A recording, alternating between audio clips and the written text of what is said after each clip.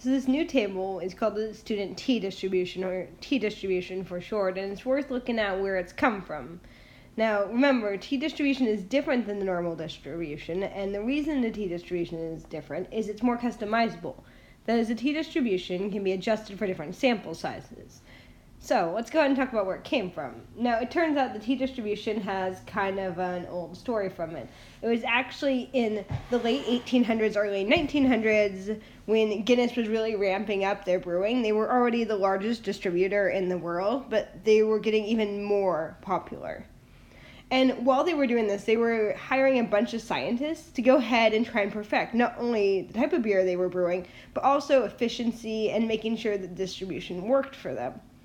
One of the scientists they hired was this guy named Gossett, and Gossett, while employed there, had kind of a background in mathematics, and his job, or one of the jobs he was given, was to go ahead and look at how different types of resin was appearing in the hops in the beer, specifically looking at soft versus hard resins.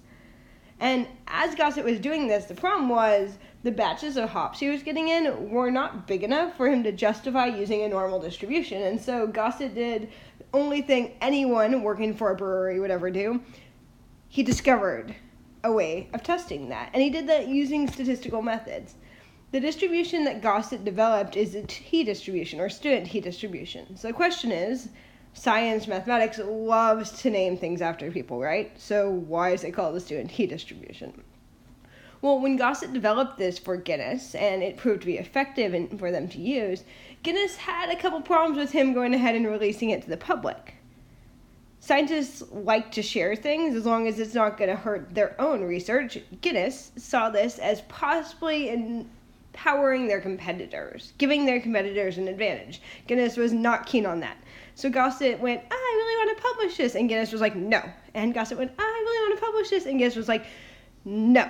And Gossett was like, but science. And Guinness was like, okay, but you can't put your name on it. Guinness didn't want their competitors to be able to see that someone employed at Guinness had developed this and therefore employed in their own breweries. So Gossett went ahead and published his research under this anonymous student T.